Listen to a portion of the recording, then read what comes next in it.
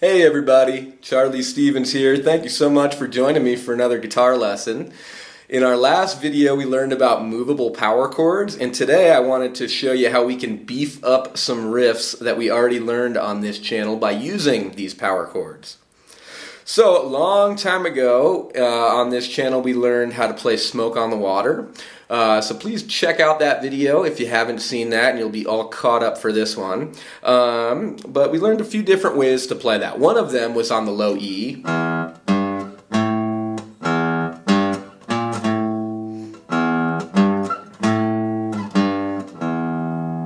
Okay, so again, watch that video if that's a little too quick for you, but super simple. I used one finger to play that just now, very intentionally, because now I can treat that as the root, and I can build a power chord from each one of those notes and kind of beef up the whole thing a little bit. So for this E, I can play, I might actually use my second finger.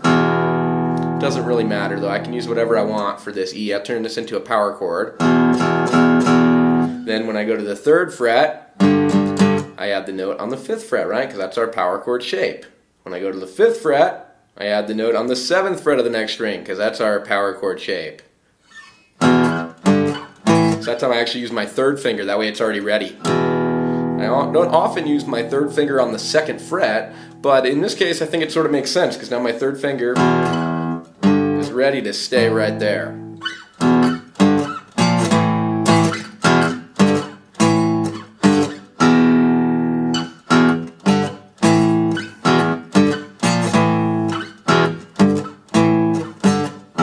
Using the 1st finger also makes sense, because then it's just a short hop to the first movable power chord from this open E power chord, right?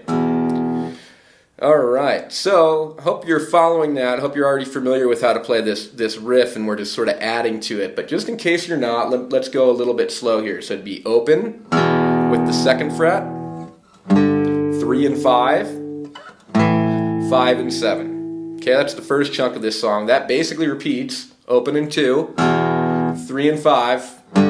This time, before it goes to 5 and 7, it goes up a little higher to 6 and 8, and then it resolves back down to 5 and 7. Then the 3rd chunk is the same as the first. Open and 2nd fret, 3rd and the 5th, 5th and the 7th, and then the last chunk is just back to the 3rd and 5th, and then back to the open and 2nd. First chunk, 2nd chunk slides up a little bit and resolves back, right? 3rd chunk, same as the first. Then we have that. Super easy, okay? Sounds cool. Yeah, just kind of a fun exercise. This isn't how we actually play Smoke on the Water. That's actually... If we wanted to play it in the correct key and everything, it uses the interval of a perfect 4th, actually, not the perfect 5th, which is a power chord. So, sort of related, but different, right? I just think it sounds cool to play these as power chords just for fun, just because we're learning about our power chords, not because this is the way the song goes or anything. Okay, we also learned that we can play power chords across 3 strings. So really the power chord is 2 strings, like we've been doing, right? But I can also add the octave of my root. That's the octave. I can add that one in too. And I explained that in the video on movable power chords, so if you haven't seen that, please watch that and hopefully you'll understand what I'm talking about. But basically we're just adding another note on the D string, right? Whatever is next to the note on the A string, same fret on the D string is what we're going to add, right? So we had open and 2, we still have open and 2, but now the 2 is on A and also the D string. Okay, then we had 3 and 5. We still have 3 and 5, but now it's 3, 5, 5. We have 5 on the D string as well. See where I'm going with this? Now it's 5 and 2 7s. Okay? We're just adding in the octave. That's the octave. That's the 5th. All 3 together is an even beefier power chord. So now let's hear what that sounds like with Smoke on the Water.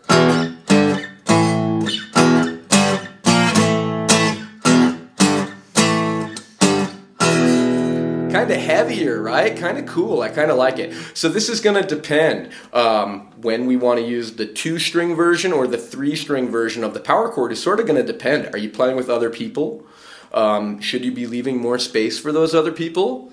Possibly. That might be a good time to use the 2-string version. Are you playing all by yourself, or you're playing with other people but you feel like it's too thin and you're just looking for a little more heft to what you're playing? Maybe use the 3-string version, okay? And I don't know the situation you're using it, so that's kind of hypothetical and not very specific, but just some food for thought on how we can use these different ones at different times depending on our different needs, right? Okay, so that's Smoke on the Water using these movable power chords. Another riff that we learned recently on this channel was Running Down a Dream.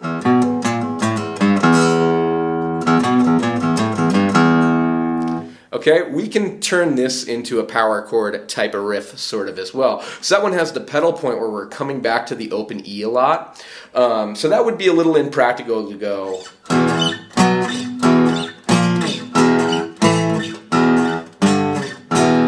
and make that open E a power chord, right? It would take too much moving around and stuff. So instead I say we still play that as just a single string E. And then instead of just the B though, when we get here, we'll add a power chord to it. Let's start with the 2-note version, then we'll start with we'll check out the 3-string version, compare the different sounds. But for now we'll just go the 2-note version. So everywhere that you have something on the 6th string, 2 frets higher on the 5th string, right? So we're going to play the open E, and then the 7th on the 6th string, and the 9th on the 5th string, right? Back to just the open E. Then we move that shape down a half step, so it's now at the 6th fret and the 8th fret here, right? Then we go back to the open E, move the shape down again, now we're at 5 on 6, and 7 on the 5th string, right? So far we have this. Open, open again, open, now we jump down to 3 and 5.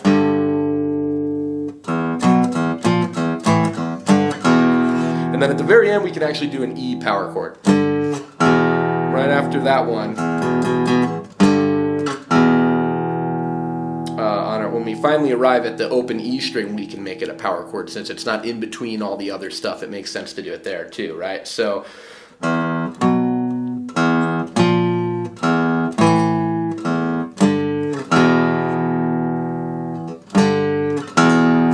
okay, that part's a tiny bit tricky.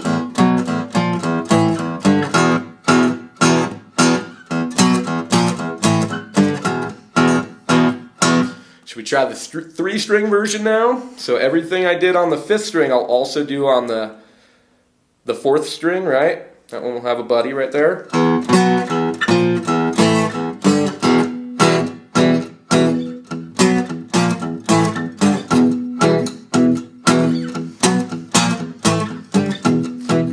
Oh yeah, this rocks. Sometimes I nod my head like, oh yeah, this rocks. And sometimes I shake my head like, oh no, don't stop a-rockin'. Anyway, this might be a little heavier than what Tom Petty had in mind for this song. Doesn't really sound like a Tom Petty tune when you give it this treatment.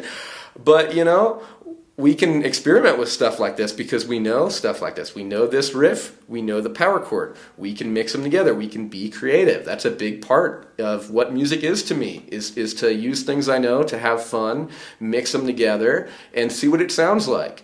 If I was playing Running Down a Dream at a gig with somebody and I played it like that, I might not get called back for the gig, so I might not do that. But at home, it's fun to mess around with, right?